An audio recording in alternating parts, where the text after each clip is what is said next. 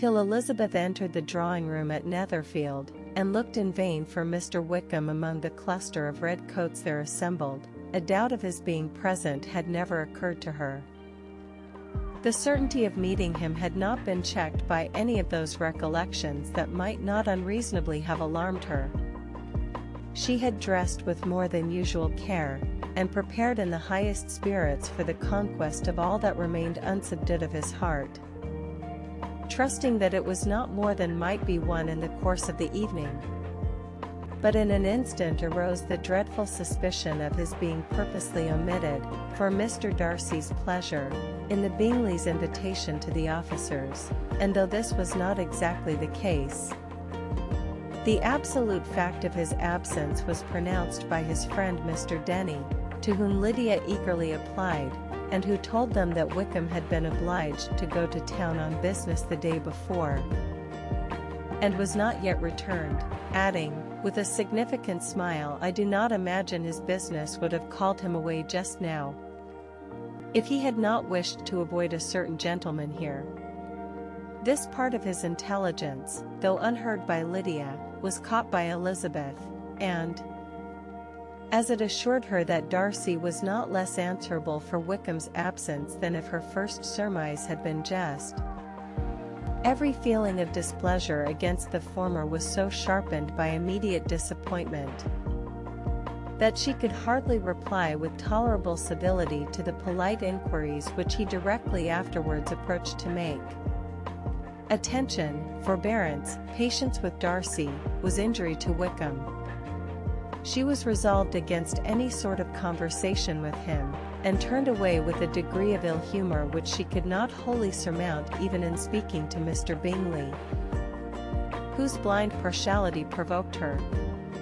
But Elizabeth was not formed for ill humor, and though every prospect of her own was destroyed for the evening, it could not dwell long on her spirits, and, having told all her griefs to Charlotte Lucas, whom she had not seen for a week, she was soon able to make a voluntary transition to the oddities of her cousin, and to point him out to her particular notice. The two first dances, however, brought a return of distress. They were dances of mortification. Mr. Collins, awkward and solemn, apologizing instead of attending, and often moving wrong without being aware of it, gave her all the shame and misery which a disagreeable partner for a couple of dances can give. The moment of her release from him was ecstasy. She danced next with an officer, and had the refreshment of talking of Wickham, and of hearing that he was universally liked. When those dances were over, she returned to Charlotte Lucas, and was in conversation with her, when she found herself suddenly addressed by Mr. Darcy, who took her so much by surprise in his application for her hand, that, without knowing what she did, she accepted him. He walked away again immediately, and she was left to fret over her own want of presence of mind. Charlotte tried to console her. "I dare say you will find him very agreeable." "Heaven forbid! That would be the greatest misfortune of all. To find a man agreeable whom one is determined to hate. Do not wish me such an evil." When the dancing recommenced, however, and Darcy approached to claim her hand, Charlotte could not help cautioning her, in a whisper, not to be a simpleton, and allow her fancy for Wickham to make her appear unpleasant in the eyes of a man oftentimes his consequence. Elizabeth made no answer, and took her place in the set, amazed at the dignity to which she was arrived in being allowed to stand opposite to Mr. Darcy, and reading in her neighbors' looks their equal amazement in beholding it. They stood for some time without speaking a word, and she began to imagine that their silence was to last through the two dances, and, at first, was resolved not to break it, till suddenly fancying that it would be the greater punishment to her partner to oblige him to talk, she made some slight observation on the dance. He replied, and was again silent. After a pause of some minutes, she addressed him a second time, with "It is your turn to say something now, Mr. Darcy. "I talked about the dance, and you ought to make some kind of remark on the size of the room, or the number of couples." He smiled, and assured her that whatever she wished him to say should be said. "Very well, that reply will do for the present. Perhaps, by and by, I may observe that private balls are much pleasanter than public ones, but now we may be silent." "Do you talk by rule, then, while you are dancing?" "Sometimes. One must speak a little, you know. It would look odd to be entirely silent for half an hour together, and yet, for the advantage of some, conversation ought to be so arranged as that they may have the trouble of saying as little as possible. Are you consulting your own feelings in the present case? Or do you imagine that you are gratifying mine?" "Both," replied Elizabeth archly, "for I have always seen a great similarity in the turn of our minds. We are each of an unsocial, taciturn disposition, unwilling to speak, unless we expect to say something that will amaze the whole room, and be handed down to posterity with all the eclat of a proverb. This is no very striking resemblance of your own character, I am sure," said he. "How near it may be to mine, I cannot pretend to say. You think it a faithful portrait, undoubtedly. I must not decide on my own performance." He made no answer, and they were again silent till they had gone down the dance. When he asked her if she and her sisters did not very often walk to Meryton, she answered in the affirmative, and, unable to resist the temptation, added, "When you met us there the other day, we had just been forming a new acquaintance." The effect was immediate. A deeper shade of hauteur overspread his features, but he said not a word, and Elizabeth, though blaming herself for her own weakness, could not go on. At length Darcy spoke, and in a constrained manner said, "Mr. Wickham is blessed with such happy manners as may ensure his making friends. Whether he may be equally capable of retaining them, is less certain. He has been so unlucky as to lose your friendship," replied Elizabeth, with emphasis, "and in a manner which he is likely to suffer from all his life." Darcy made no answer, and seemed desirous of changing the subject. At that moment Sir William Lucas appeared close to them, meaning to pass through the set to the other side of the room, but, on perceiving Mr. Darcy, he stopped, with a bow of superior courtesy, to compliment him on his dancing and his partner. "I have been most highly gratified, indeed, my dear sir, such very superior dancing is not often seen. It is evident that you belong to the first circles. Allow me to say, however, that your fair partner does not disgrace you, and that I must hope to have this pleasure often repeated, especially when a certain desirable event, my dear Miss Eliza," glancing at her sister and Bingley, "shall take place. What congratulations will then flow in. I appeal to Mr. Darcy, but let me not interrupt you, sir. You will not thank me for detaining you from the bewitching converse of that young lady, whose bright eyes are also upbraiding me." The latter part of this address was scarcely heard by Darcy, but Sir William's allusion to his friend seemed to strike him forcibly, and his eyes were directed, with a very serious expression, towards Bingley and Jane, who were dancing together. Recovering himself, however, shortly, he turned to his partner, and said, "Sir William's interruption has made me forget what we were talking of. I do not think we were speaking at all."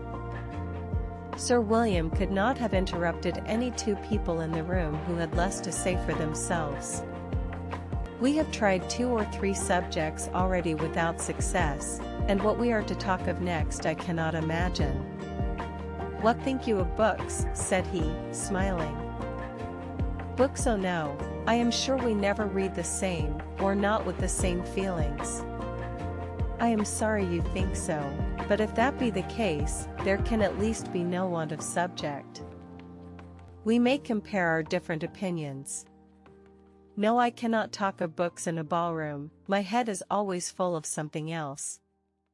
The present always occupies you in such scenes, does it? Said he, with a look of doubt. Yes, always, she replied, without knowing what she said, for her thoughts had wandered far from the subject, as soon afterwards appeared by her suddenly exclaiming, I remember hearing you once say, Mr. Darcy, that you hardly ever forgave, that your resentment, once created, was unappeasable. You are very cautious, I suppose, as to its being created? I am, said he, with a firm voice. And never allow yourself to be blinded by prejudice? I hope not. It is particularly incumbent on those who never change their opinion to be secure of judging properly at first. May I ask to what these questions tend? Merely to the illustration of your character, said she, endeavoring to shake off her gravity. I am trying to make it out. And what is your success? She shook her head. I do not get on at all. I hear such different accounts of you as puzzle me exceedingly. I can readily believe, answered he, gravely, that reports may vary greatly with respect to me, and I could wish, Miss Bennet, that you were not to sketch my character at the present moment, as there is reason to fear that the performance would reflect no credit on either. But if I do not take your likeness now, I may never have another opportunity. I would by no means suspend any pleasure of yours, he coldly replied. She said no more, and they went down the other dance and parted in silence, on each side dissatisfied, though not to an equal degree. For in Darcy's breast there was a tolerably powerful feeling towards her, which soon procured her pardon, and directed all his anger against another.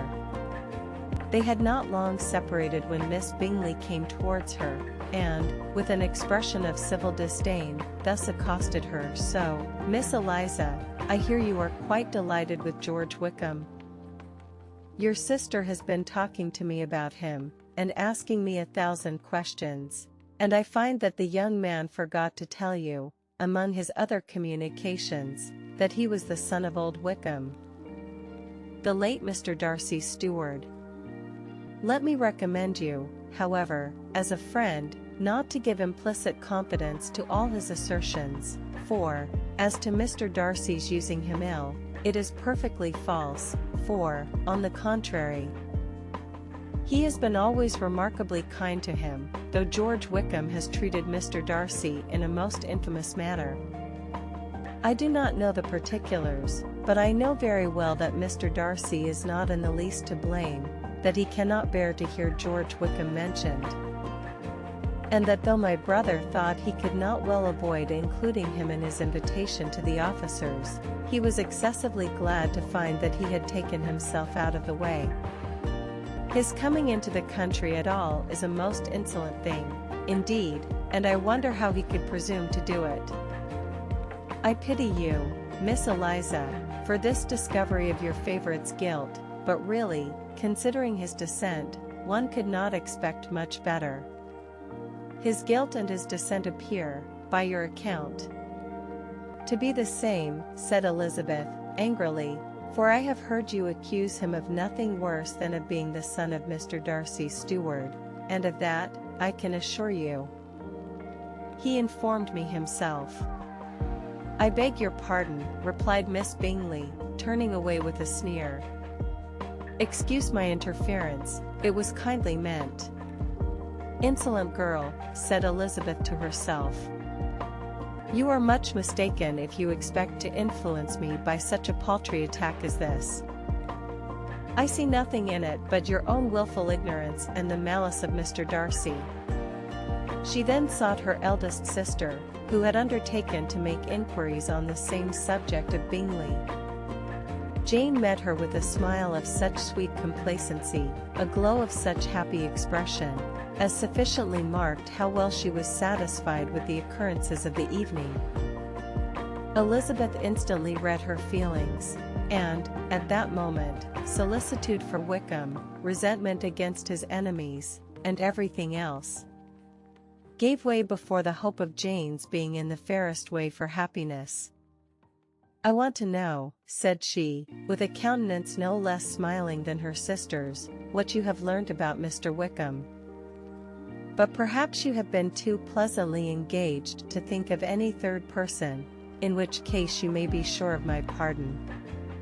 "No," replied Jane, "I have not forgotten him. But I have nothing satisfactory to tell you. Mr. Bingley does not know the whole of his history, and is quite ignorant of the circumstances which have principally offended Mr. Darcy, but he will vouch for the good conduct, the probity and honour of his friend, and is perfectly convinced that Mr. Wickham has deserved much less attention from Mr. Darcy than he has received, and I am sorry to say that by his account, as well as his sister's, Mr. Wickham is by no means a respectable young man. I am afraid he has been very imprudent, and has deserved to lose Mr. Darcy's regard. Mr. Bingley does not know Mr. Wickham himself. No, he never saw him till the other morning at Meryton. This account then is what he has received from Mr. Darcy. I am perfectly satisfied. But what does he say of the living? He does not exactly recollect the circumstances, though he has heard them from Mr. Darcy more than once. But he believes that it was left to him conditionally only. I have not a doubt of Mr. Bingley's sincerity, said Elizabeth warmly, but you must excuse my not being convinced by assurances only. Mr. Bingley's defence of his friend was a very able one, I dare say, but since he is unacquainted with several parts of the story, and has learnt the rest from that friend himself, I shall venture still to think of both gentlemen as I did before. She then changed the discourse to one more gratifying to each, and on which there could be no difference of sentiment. Elizabeth listened with delight to the happy though modest hopes which Jane entertained of Bingley's regard, and said all in her power to heighten her confidence in it. On their being joined by Mr. Bingley himself, Elizabeth withdrew to Miss Lucas, to whose inquiry after the pleasantness of her last partner she had scarcely replied, before Mr. Collins came up to them, and told her with great exultation, that he had just been so fortunate as to make a most important discovery. "I have found out," said he, "by a singular accident, that there is now in the room a near relation to my patroness. I happened to overhear the gentleman himself mentioning to the young lady who does the honours of this house the names of his cousin Miss de Bourgh, and of her mother, Lady Catherine. How wonderfully these sort of things occur! Who would have thought of my meeting with perhaps a nephew of Lady Catherine de Bourgh in this assembly? I am most thankful that the discovery is made in time for me to pay my respects to him, which I am now going to do, and trust he will excuse my not having done it before. My total ignorance of the connection must plead my apology. You are not going to introduce yourself to Mr. Darcy?" "Indeed I am. I shall entreat his pardon for not having done it earlier. I believe him to be Lady Catherine's nephew. It will be in my power to assure him that her ladyship was quite well yesterday night." Elizabeth tried hard to dissuade him from such a scheme, assuring him that Mr. Darcy would consider his addressing him without introduction as an impertinent freedom, rather than a compliment to his aunt. That it was not in the least necessary there should be any notice on either side, and that if it were, it must belong to Mr. Darcy, the superior in consequence, to begin the acquaintance. Mr. Collins listened to her with the determined air of following his own inclination, and when she ceased speaking, replied thus: "My dear Miss Elizabeth, I have the highest opinion in the world of your excellent judgment in all matters within the scope of your understanding. But permit me to say that there must be a wide difference between the established forms of ceremony amongst the laity and those which regulate the clergy. 4. Give me leave to observe that I consider the clerical office as equal in point of dignity with the highest rank in the kingdom, provided that a proper humility of behavior is at the same time maintained. You must, therefore, allow me to follow the dictates of my conscience on this occasion, which lead me to perform what I look on as a point of duty. Pardon me for neglecting to profit by your advice, which on every other subject shall be my constant guide. Though in the case before us I consider myself more fitted by education and habitual study to decide on what is right than a young lady like yourself. And with a low bow he left her to attack Mr. Darcy, whose reception of his advances she eagerly watched, and whose astonishment at being so addressed was very evident. Her cousin prefaced his speech with a solemn bow, and though she could not hear a word of it, she felt as if hearing it all, and saw in the motion of his lips the words apology, Hunsford, and Lady Catherine de Bourgh.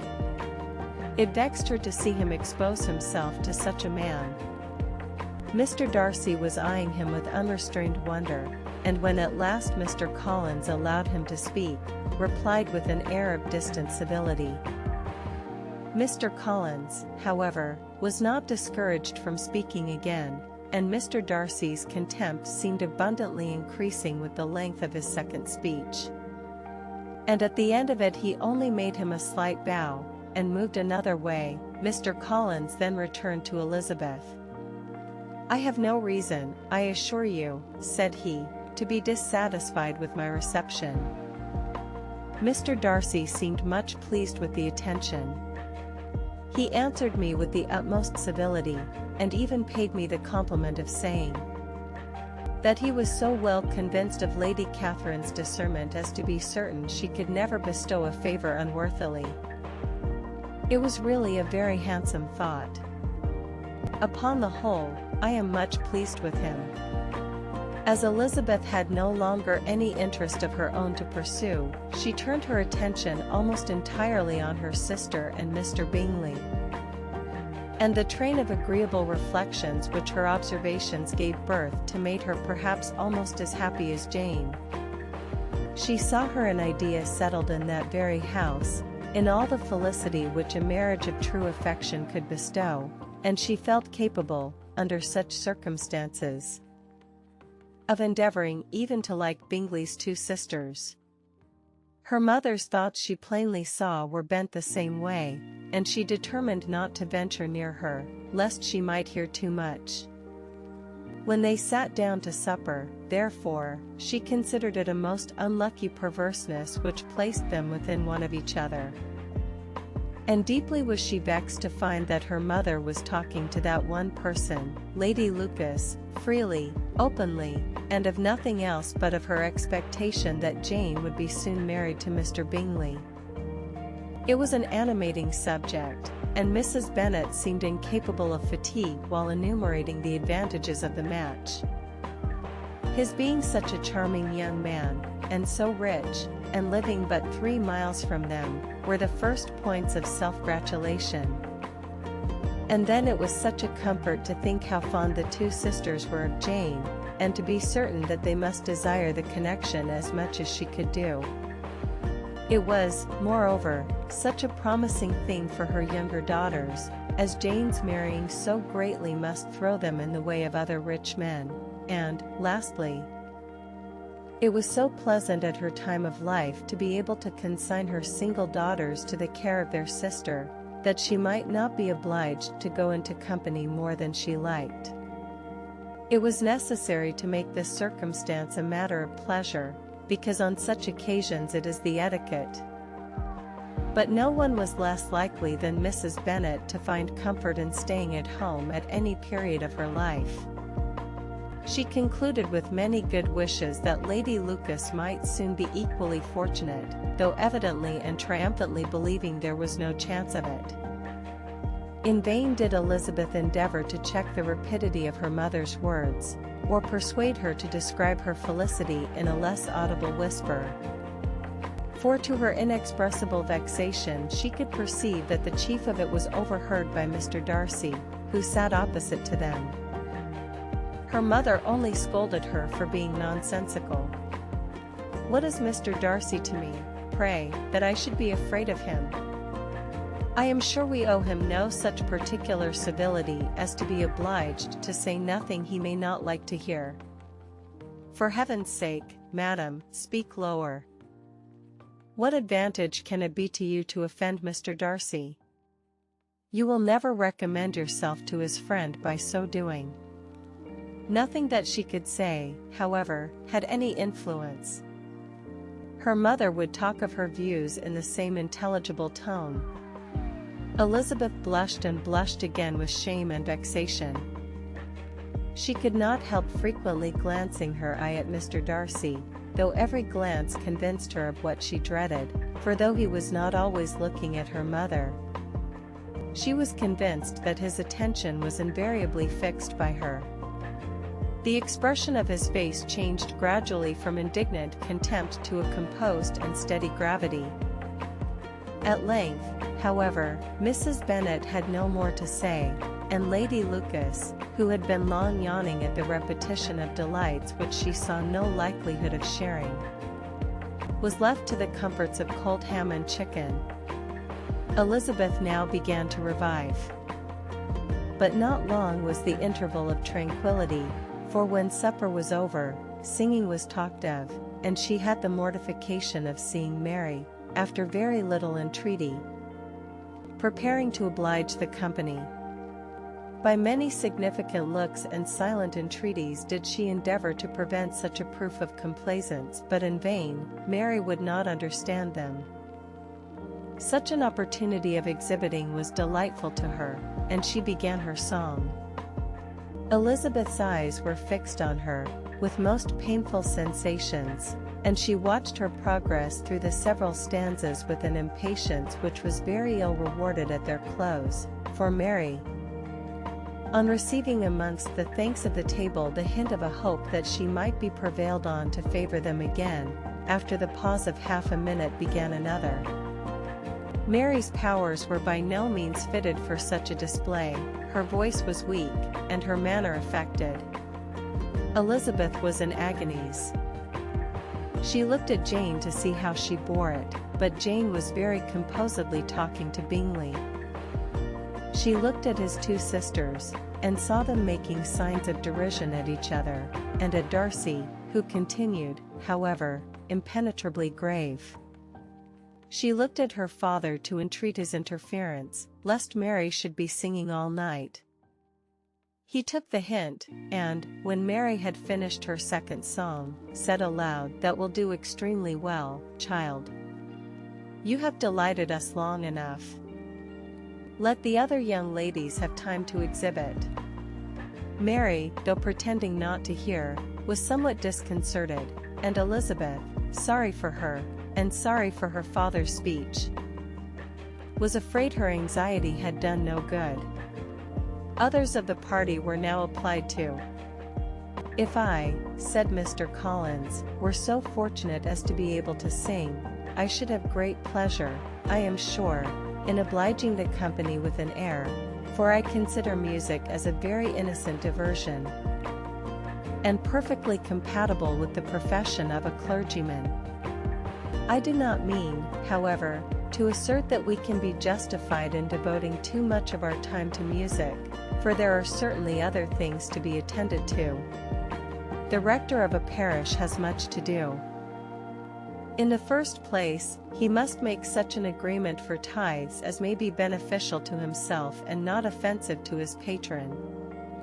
He must write his own sermons, and the time that remains will not be too much for his parish duties, and the care and improvement of his dwelling, which he cannot be excused for making as comfortable as possible. And I do not think it of light importance that he should have attentive and conciliatory manners towards everybody, especially towards those to whom he owes his preferment. I cannot acquit him of that duty, nor could I think well of the man who should omit an occasion of testifying his respect towards anybody connected with the family. and with a bow to Mr. Darcy, he concluded his speech, which had been spoken so loud as to be heard by half the room. Many stared, many smiled, but no one looked more amused than Mr. Bennet himself, while his wife seriously commended Mr. Collins for having spoken so sensibly, and observed, in a half-whisper to Lady Lucas, that he was a remarkably clever, good kind of young man. To Elizabeth it appeared that had her family made an agreement to expose themselves as much as they could during the evening, it would have been impossible for them to play their parts with more spirit, or finer success, and happy did she think it for Bingley and her sister that some of the exhibition had escaped his notice, and that his feelings were not of a sort to be much distressed by the folly which he must have witnessed. That his two sisters and Mr. Darcy, however, should have such an opportunity of ridiculing her relations was bad enough, and she could not determine whether the silent contempt of the gentlemen, or the insolent smiles of the ladies, were more intolerable. The rest of the evening brought her little amusement. She was teased by Mr. Collins, who continued most perseveringly by her side, and though he could not prevail with her to dance with him again, put it out of her power to dance with others. In vain did she entreat him to stand up with somebody else, and offered to introduce him to any young lady in the room. He assured her that, as to dancing, he was perfectly indifferent to it, that his chief object was, by delicate attentions, to recommend himself to her, and that he should therefore make a point of remaining close to her the whole evening. There was no arguing upon such a project. She owed her greatest relief to her friend Miss Lucas, who often joined them, and good-naturedly engaged Mr. Collins's conversation to herself. She was at least free from the offence of Mr. Darcy's further notice, though often standing within a very short distance of her, quite disengaged, he never came near enough to speak. She felt it to be the probable consequence of her allusions to Mr. Wickham, and rejoiced in it. The Longbourn party were the last of all the company to depart, and by a maneuver of Mrs. Bennet had to wait for their carriage a quarter of an hour after everybody else was gone, which gave them time to see how heartily they were wished away by some of the family. Mrs. Hurst and her sister scarcely opened their mouths except to complain of fatigue, and were evidently impatient to have the house to themselves. They repulsed every attempt of Mrs. Bennet at conversation, and, by so doing, threw a languor over the whole party, which was very little relieved by the long speeches of Mr. Collins, who was complimenting Mr. Bingley and his sisters on the elegance of their entertainment, and the hospitality and politeness which had marked their behaviour to their guests. Darcy said nothing at all. Mr. Bennet, in equal silence, was enjoying the scene. Mr. Bingley and Jane were standing together a little detached from the rest, and talked only to each other. Elizabeth preserved as steady a silence as either Mrs. Hurst or Miss Bingley, and even Lydia was too much fatigued to utter more than the occasional exclamation of "Lord, how tired I am," accompanied by a violent yawn. When at length they arose to take leave, Mrs. Bennet was most pressingly civil in her hope of seeing the whole family soon at Longbourn, and addressed herself particularly to Mr. Bingley, to assure him how happy he would make them, by eating a family dinner with them at any time, without the ceremony of a formal invitation. Bingley was all grateful pleasure, and he readily engaged for taking the earliest opportunity of waiting on her after his return from London, whither he was obliged to go the next day for a short time. Mrs. Bennet was perfectly satisfied, and quitted the house under the delightful persuasion that, allowing for the necessary preparations of settlements, new carriages, and wedding clothes, she should undoubtedly see her daughter settled at Netherfield in the course of 3 or 4 months. Of having another daughter married to Mr. Collins she thought with equal certainty, and with considerable, though not equal, pleasure. Elizabeth was the least dear to her of all her children, and though the man and the match were quite good enough for her, the worth of each was eclipsed by Mr. Bingley and Netherfield.